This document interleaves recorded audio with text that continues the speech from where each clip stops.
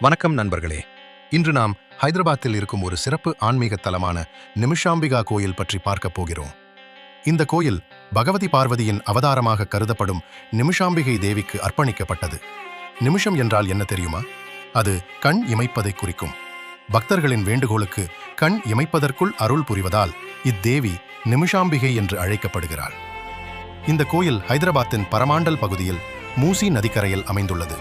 சுமார் 400 ஆண்டுகளுக்கு முன்பு காக்கதிய அரசர் பிரதாபரூதர் காலத்தில் இந்த கோயில் கட்டப்பட்டதாக கூறப்படுகிறது. கோயிலின் சிறப்பம்சங்களை பார்க்கலாம்.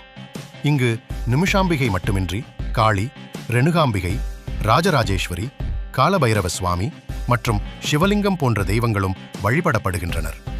பக்தர்கள் பெரும்பாலும் திருமணத் தடை, வேலை, குடும்ப நலன், மன நிம்மதி போன்ற பிரச்சனைகளுக்காக வேண்டுகிறார்கள். இங்கே ஒரு விசேஷ நம்பிக்கை உண்டு. இந்த கோயிலில் வழிபட்டால் 90 நிமிடங்களில் பிரச்சனைகள் தீரும் என்று பக்தர்கள் நம்புகிறார்கள். வருடந்தோறும் நடைபெறும் நவராத்திரி விழா மிகவும் பிரசித்தி பெற்றது.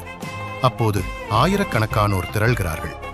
மொத்தத்தில் நிமிஷாம்பிகா கோயில் ஆன்மீக நம்பிக்கைக்கும் பக்தி உணர்வுக்கும் அடையாளமாக திகழ்கிறது. ஹைதராபாத் செல்லும் வாய்ப்பு கிடைத்தால் இந்த கோயிலுக்கு கண்டிப்பாக ஒரு முறை சென்று வர